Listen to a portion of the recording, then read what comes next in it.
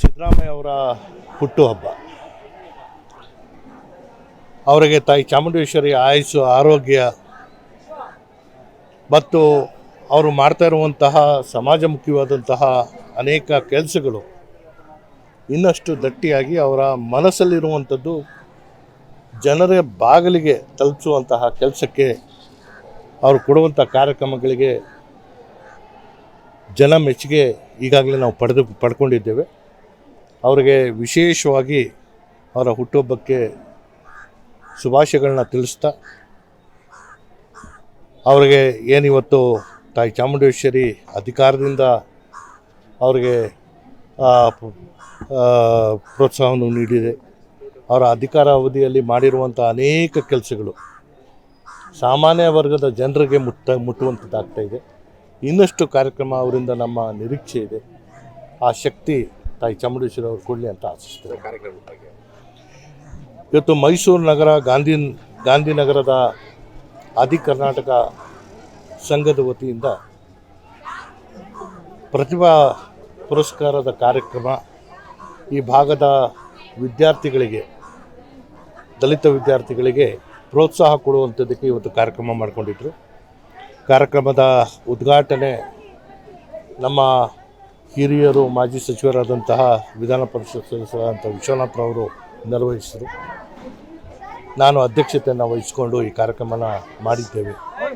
ಇವತ್ತು ಅತ್ಯಂತ ವಿಶೇಷವಾಗಿ ಕೇಂದ್ರ ಅಲ್ಪಸಂಖ್ಯಾತರಿಗೆ, ಹಿಂದುಳಿದ ವರ್ಗದವರಿಗೆ ಮತ್ತು ದಲಿತ ಸಮುದಾಯಕ್ಕೆ ವಿದ್ಯಾರ್ಥಿ ವೇತನ ಕೊಡ್ತಾಯಿತ್ತು.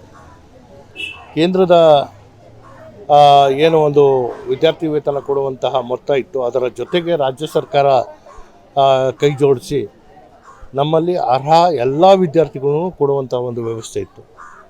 ಕಳೆದ 7-8 ವರ್ಷಗಳಿಂದ ಕೇಂದ್ರ ಸರ್ಕಾರದ ವಿದ್ಯಾರ್ಥಿ ವೇತನ ನಿಂತೋಗಿದೆ.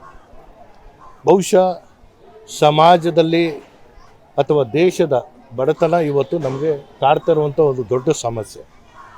ಆ ಬಡ ಜನತೆಯ ಮಕ್ಕಳನ್ನು ವಿದ್ಯಾವಂತರಾಗಿ ಮಾಡಿದಾಗ ಅದು ಈ ರಾಷ್ಟ್ರಕ್ಕೆ ಆಸ್ತಿ ಆಗುತ್ತೆ.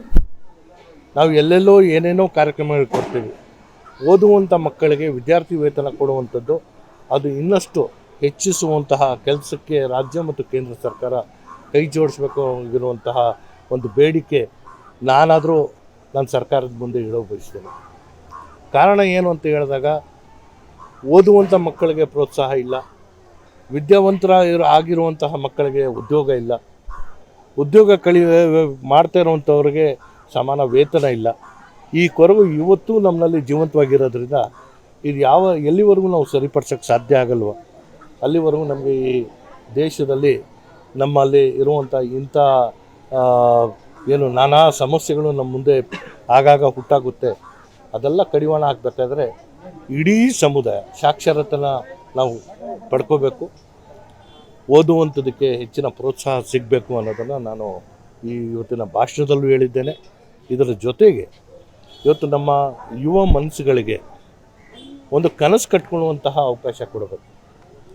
ಒಂದು ಕಡೆಗೆ ಮಾಧ್ಯಮ ಇರ್ಬೋದು, ಇನ್ನೊಂದು ಕಡೆಗೆ ವಾಟ್ಸಪ್ ಯೂನಿವರ್ಸಿಟಿ, ಮತ್ತು ಇನ್ಸ್ಟಾಗ್ರಾಮ್ ಯೂನಿವರ್ಸಿಟಿಗಳು ಮಕ್ಕಳ ಮನಸ್ಸನ್ನು ಕೆಡಿಸುವಂತಹ ಕೆಲಸ ಮಾಡ್ತಾಯಿದ್ವಿ.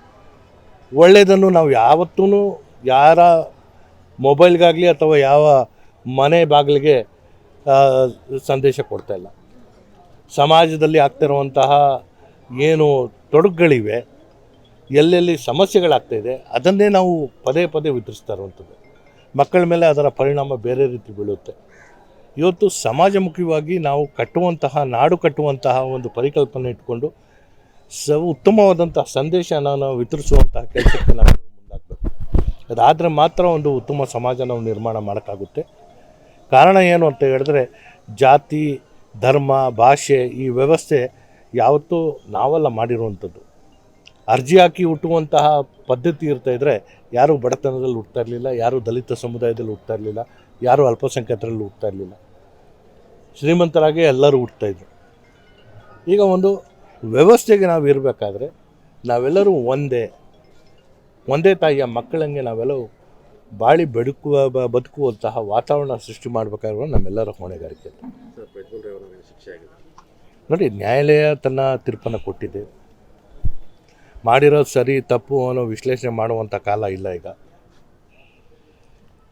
ಅದನ್ನು ವಾದ ವಿವಾದದ ನಂತರ ನ್ಯಾಯಾಲಯ ತೀರ್ಪು ಕೊಟ್ಟಿದೆ, ಅದನ್ನು ಸ್ವಾಗತಿಸ್ತೀನಿ ನಾನು. ವ್ಯವಸ್ಥೆಯಲ್ಲಿ ಕೇಂದ್ರದಲ್ಲಿ ಸಭೆಗಳಿರುತ್ತೆ, ಮಂತ್ರಿಗಳನ್ನು ನೋಡಬೇಕಾಗುತ್ತೆ, ರಾಜ್ಯ ನಡೆಸುವಂಥ ಜವಾಬ್ದಾರಿ ಅವ್ರ ಮೇಲೆ ಇರುತ್ತೆ. ಅವ್ರು ಎಲ್ಲಿ ಹೋಗ್ತಾರೆ ಅದೆಲ್ಲ ನಾವು ಚರ್ಚೆ ಮಾಡೋಕ್ಕಾಗುತ್ತಾ? ಹೋಗಿದ್ದಾರೆ ಡೆಲ್ಲಿಗೆ, ಬರ್ತಾರೆ. ಇಲ್ಲ ಅಂಥದ್ದೇನೋ ಆದಾಗ ನಿಮ್ಗೆ ಗೊತ್ತಾಗುತ್ತಲ್ಲ. ಸೊ ಹಾಗಾಗಿ ಹೂವಪ್ಪುಗಳಿಗೆ ನಾವು ಕನಸು ಕಟ್ಕೊಂಡು ನಾವು ರಾಜಕಾರಣ ಮಾಡ್ತಾಯಿಲ್ಲ. ನಮ್ಮ ಮುಂದೆ ಬರುವಂತಹ ಸಮಸ್ಯೆಗಳಿಗೆ ಬಗೆಹರಿಸುವಂತಹ ನಿಟ್ಟಿನಲ್ಲಿ ನಾವು ಕೆಲಸ ಮಾಡುವಂಥದ್ದು. ಎಲ್ಲರ ಆಸೆ ಇರುತ್ತೆ, ನಾಳೆ ಇಂಥದ್ದು ಇರಬೇಕು ನಮಗೆ ಅಂತ. ನಾಳೆ ಯಾವನು ನೋಡಿದ್ದಾನೆ? ಸೊ ಹಾಗಾಗಿ ನನಗೆ ಯಾರು ಎಲ್ಲಿಗೆ ಹೋಗ್ತಾವ್ರೆ, ಯಾರು ಎಲ್ಲಿಂದ ಬರ್ತಾಯಿದ್ದಾರೆ ಅನ್ನೋದು ಮುಖ್ಯ ಅಲ್ಲ. ನಮ್ಗೆ ಆಗುವಂಥ ಕೆಲಸ ಆಗ್ತಾಯಿದೆಯೋ ಇಲ್ವೋ ಅದನ್ನು ನೋಡಬೇಕಾಗಿದೆ.